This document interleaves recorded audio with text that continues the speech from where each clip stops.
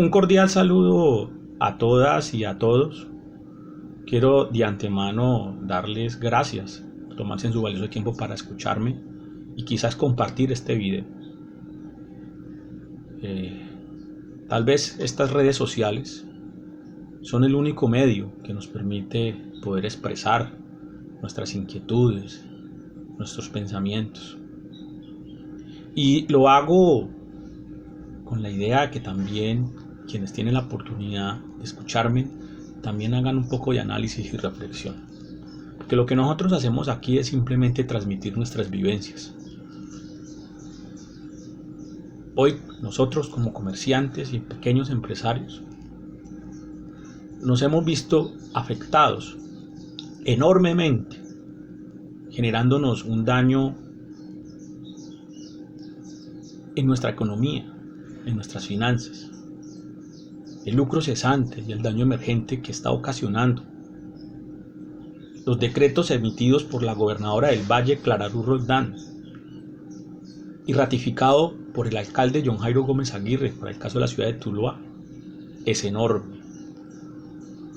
Medidas que, como las que hace el presidente de la República, no dejan de ser simplemente pañitos de agua tibia, medidas con un grado de mediocridad enorme, donde queda en evidencia la ineptitud, la incompetencia y sobre todo la capacidad de liderazgo de quienes en su momento se postularon a ser mandatarios locales o regionales y que a la hora de probarse no muestran esa capacidad. Y queda en evidencia y se demuestra con esto que la clase política colombiana en su gran mayoría solo son simples administradores políticos, que su ingenio y su capacidad de emprendimiento no les fluye por su cerebro, porque solo aquellos que tenemos espíritu emprendedor sabemos lo difícil que es hacer empresa en un país como Colombia. Hoy nos indignamos porque no nos están dejando trabajar de manera normal. Hoy los asesores de estos gobernantes llegaron a la conclusión científica de que el COVID-19 solo infecta en las horas nocturnas, solo infecta en las horas nocturnas. Y en el día no. Y nos basta pararnos en el día, en cualquier parte de la ciudad, sobre todo en las zonas céntricas, sobre todo el sector bancario o financiero, en algunos sectores comerciales. ¿Cómo se ven las grandes aglomeraciones en las afueras de estas entidades cuando la gente hace cola para ingresar a hacer sus transacciones o sus diligencias? Y la ineptitud es tal de estos gobernantes que queda en evidencia que como han pasado 10 meses desde la declaratoria de la emergencia sanitaria ordenada por el presidente de la República, y que pese a que la OMS, cuando declaró la pandemia mundial, manifestó que esto se iba a extender a 1 año y medio a 3 años. Y pese a esas advertencias, y estos últimos 10 meses del año 2020, la mediocridad de estos gobernantes ha sido tal que no han tenido la capacidad de diseñar una política pública de salubridad económica y social para seguir enfrentando el tema del COVID. Lo único que saben hacer es simplemente emitir un decreto de toque de queda y pare de contar. No teniendo en cuenta que paralizar determinados sectores de la economía en los horarios en donde estos sectores tienen su hora pico, su hora de ventas, es afectar de manera directa a la economía del país, o de la región, o de la ciudad. Cerrar en esos horarios es afectar el empleo, sube el desempleo, genera pobreza, genera miseria, porque son muchos los comerciantes que se ven obligados a tener que cerrar sus negocios y a despedir sus empleados, otros hacer recortes.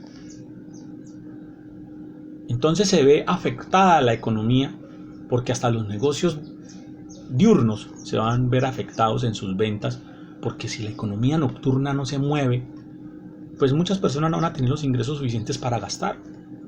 Principio básico del sistema capitalista. Para que el sistema capitalista se pueda mover en torno a esa economía fluyente, tiene que haber ingresos de sus ciudadanos. Y son los análisis donde estos asesores y estos gobernantes no han llegado. ¿Cuáles son las medidas económicas que se van a tomar cuando se ordena el cierre o la inactividad de determinadas actividades económicas? Porque tiene que tenerlo en cuenta, señor John Jairo Gómez Aguirre y señora Clara Luz Roldán. Sus decretos no tienen efectos en el sistema financiero y en el sistema de empresas de servicios públicos. El único que tiene la facultad de ordenar qué se puede o no se puede hacer es el presidente de la República. Entonces, hoy nos ordenan restringir nuestras actividades, muchos teniendo que cerrar, no poder abrir, pero al mes siguiente nosotros tenemos que seguir cumpliendo con nuestras obligaciones. Los bancos no están siendo solidarios con el tema. Las empresas de servicios públicos te cortan el servicio, te cobran la reconexión. ¿Cómo vamos a hacer? ¿Cómo vamos a seguir para nosotros seguir llevando esta problemática? Y no podemos permitir que esto se extienda más allá del 15 de enero porque va a ser el colapso de muchos sectores, en especial el sector más golpeado, el sector más afectado con las medidas que ha tomado desde el gobierno nacional y los gobiernos regionales y locales, es el sector del entretenimiento, el sector de la cultura y el arte, el sector del deporte, el turismo.